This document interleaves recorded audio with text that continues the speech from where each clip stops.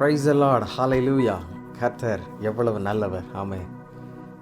ஆண்டவரே, இந்த நாளிலும் உம்முடைய கிருபை இருந்ததே என்று சொல்லி ஆண்டவரை துதிங்க. உம்முடைய தயவு இருந்ததே உமக்கு நன்றி என்று சொல்லுங்கள். அதுதான் மிகப்பெரிய சந்தோஷம். நம்ம ஒருத்தருக்கு ஒரு gift கொடுக்குறோம் அப்படின்னா அவங்களுக்கு எவ்வளோ சந்தோஷம் இருக்கும். அதே நேரத்தில் இன்னொருத்தர் நமக்கு ஒரு சர்ப்ரைஸ் gift கொடுத்தாங்கன்னா எப்படி ஒரு ஹாப்பினஸ் உண்டாகுது பாருங்கள். அந்த மகிழ்ச்சி ஆண்டவர் நம்மகிட்டையும் அந்த எதிர்பார்க்கறத பார்க்கணும் இல்லையா? நன்றி மறப்பது நன்றன்று, நன்றல்ல அன்றே மறப்பது நன்று அப்படின்னு ஒரு உலக பிரகாரமே ஒரு பெரிய பழமொழி இருக்குது. ஆண்டவர் கூட 10 பேர் அற்புதம் செய்து சுகம் பெற்றாங்க.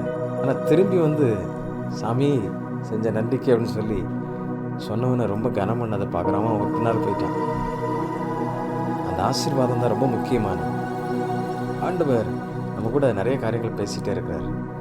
நம்மளும் நம்முடைய வாழ்வில் நிறைய காரியங்களை ஆண்டவருக்காக செய்யணும். ஆண்டவர் நிச்சயம் மகிமையான காரியங்களை நம்முடைய வாழ்வில் செய்வார். இன்றைக்கு நம்ம தியானிக்கும்படியாக எடுத்துக்கொண்ட வேத வசனம் சகரியா 2ஆம் அதிகாரம் 8ஆம் வசனம். சகரியா 2:8 அதனுடைய பின்பகுதியை நான் உங்களுக்காக வாசிக்கிறேன். உங்களை தொடுகிறவன் அவருடைய கண்மணியை தொடுகிறான். உங்களை தொடுகிறவன் அவருடைய கண்மணியை தொடுகிறான். சகரியா 2:8 சொல்லப்பட்டிருக்கு. யாருக்கு தெரியுமா? அவருடைய பிள்ளைகளுக்கு இப்படிப்பட்ட ஒரு பவர்ஃபுல் ஒரு ப்ரொடெக்ஷன் வச்சிருக்கிறார். உங்களை ஒருத்தன் கை நீட்டி பேசிட்டான்னா அவரை கை நீட்டி பேசுன மாதிரி, உங்கள் மேலே ஒருத்தர் கையை வச்சுட்டான்னா உங்களை படைத்த நம்மளை உருவாக்கின ஆண்டவர் மேலே கை வச்ச மாதிரி.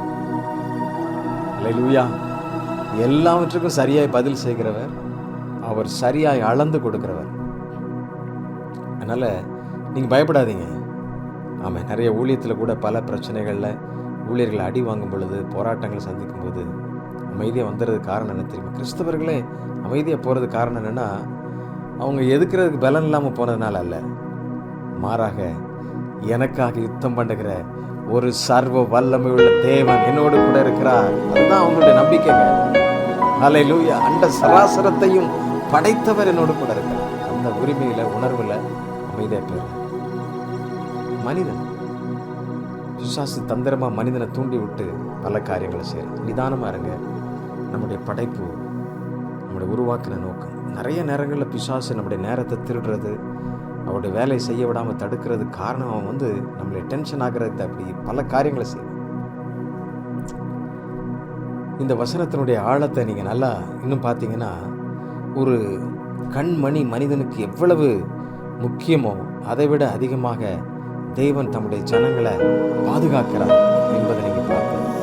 ஏசாயா 43ஆம் அதிகாரம் 4ஆம் வசனம் இப்படி சொல்லுது, நீ என் பார்வைக்கு அருமையானபடினால் கனம் பெற்றாய் அப்படின்னு சொல்றேன். நானும் உன்னை சிநேகித்தேன்.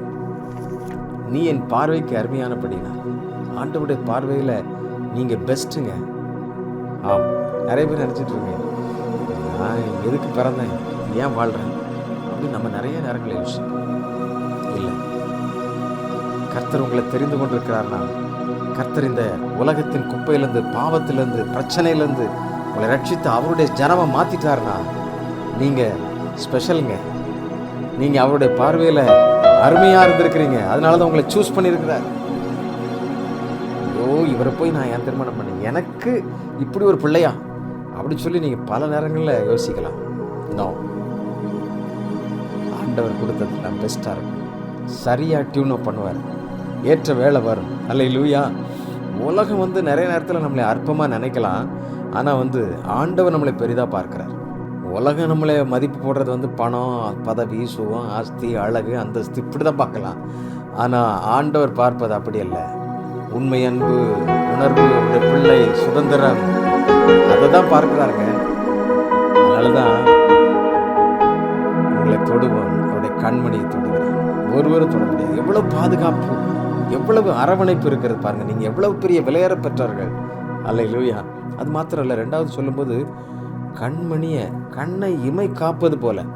அப்போ அந்த கண்மணியை அவர் ரொம்ப அதிகமாக பாதுகாக்கிறார், மிகவும் பாதுகாக்கிறார். ஒரு கண்ணுக்கு ஒரு இமை எவ்வளோ பாதுகாப்பு கொடுக்கிறதோ அந்த அளவுக்கு ஆண்டவர் நம்ம மேல அந்த பாதுகாப்பு கொடுக்குறார்.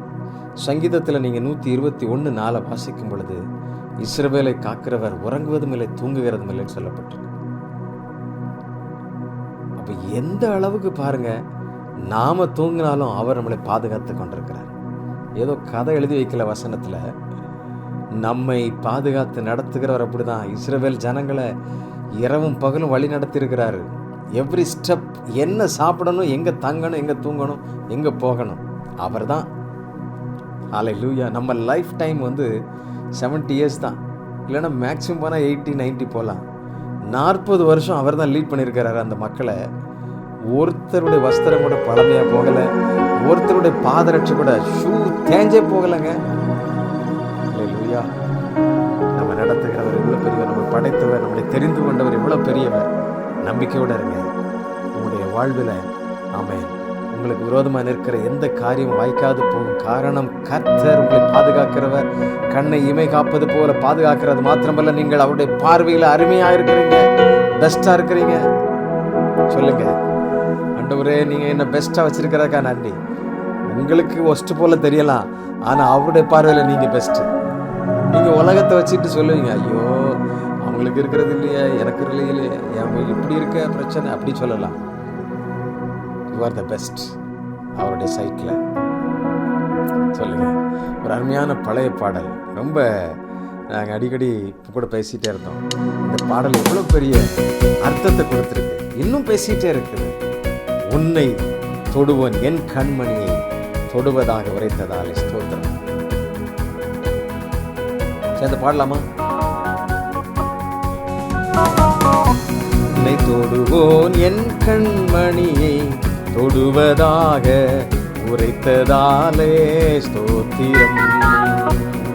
தொடுவோன் என் கண்மணியை தொடுவதாக உரைத்ததாலே ஸ்தோத்திரம். அக்கினியின் மதிலாக அன்பரே என்னை காத்திடுமே. அக்கினியின் மதிலாக அன்பரே என்னை காத்திடுமே. என்னை மறவா இயேசுநாதா, உந்தன் தயவால் என்னை நடத்தும். என்னை மறவா இயேசுநாதா, உந்தன் தயவால் என்னை நடத்தும். ஜெபிப்போமா? எங்களை நடத்த ஆண்டவரே, எங்கள் அன்பின் ஆண்டவரே, எங்களுடைய வாழ்வில் நீர் எங்களோடு கூட இருக்கிறீர். எங்களை நடத்தும், எங்களை பலப்படுத்தும், எங்களை திடப்படுத்தும். உங்களுடைய கரம் எங்களை அரவணைத்துக் கொள்ளட்டும். கண்ணை இமை காப்பது போல எங்களை காக்கிறீரே ஆண்டவரே.